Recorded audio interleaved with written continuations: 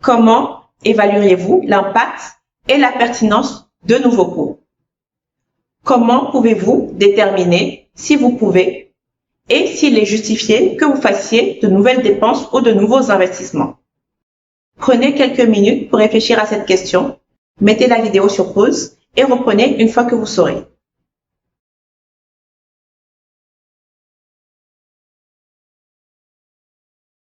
Pour évaluer la pertinence de nouvelles dépenses, il faut pouvoir évaluer leur impact sur votre rentabilité. Vous devez savoir si les dépenses et les investissements que vous faites vous permettent d'améliorer votre rentabilité. Est-ce qu'elles vous permettent de gagner plus d'argent ou pas? Et finalement, seules les dépenses qui vous permettent effectivement de gagner plus d'argent, d'être plus rentable, méritent d'être entreprises. Eh bien, comment déterminer si une nouvelle dépense vous permet de gagner plus d'argent? La première chose, c'est que vous devez savoir combien ça va vous coûter. Avant de sortir l'argent, vous savez combien vous devez dépenser. Ça, c'est la première étape. Ensuite, il faut aussi savoir combien vous allez pouvoir générer grâce à cette dépense. En sachant que générer, ça va être effectivement avoir un chiffre d'affaires supplémentaire ou éviter une perte de chiffre d'affaires qui aurait lieu si vous ne faites pas cette dépense. Pour ce qui est des revenus générés, vous pouvez avoir une idée très claire de combien vous vous attendez à recevoir en contrepartie des dépenses que vous effectuez. Effectivement, il y a des cas où la réponse est limpide. Il y a également des cas où vous ne savez pas vraiment combien vous allez pouvoir générer et dans ces cas-là, il va vous falloir que vous l'évaluez. Vous allez mettre en place des scénarios qui vont dire, en fonction des situations qui vont se présenter, voilà ce que vous espérez pouvoir gagner.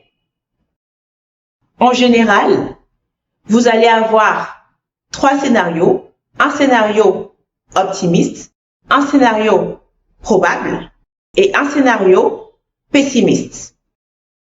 Vous pouvez en avoir plus, vous pouvez également en avoir moins.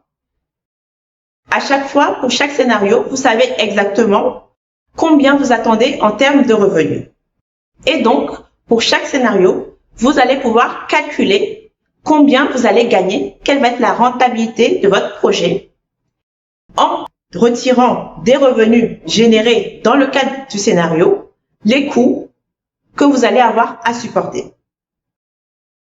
Vous avez, pour chaque scénario, déduit de vos revenus hypothétiques les coûts que vous aviez à supporter pour générer ces revenus. Vous avez donc votre rentabilité par scénario. Vous allez pouvoir maintenant voir, dans chaque scénario, est-ce que vous gagnez de l'argent ou au contraire, est-ce que vous en perdez? Sachant que chaque scénario est doté d'une probabilité. Ces probabilités, vous pouvez les avoir obtenues de manière objective dans le cadre d'études. Elles peuvent être un peu plus intuitives également. Mais quoi qu'il en soit, vous attribuerez des probabilités aux différents scénarios. Si vos chances de gagner de l'argent sont élevées, vous aurez plutôt tendance à lancer votre projet.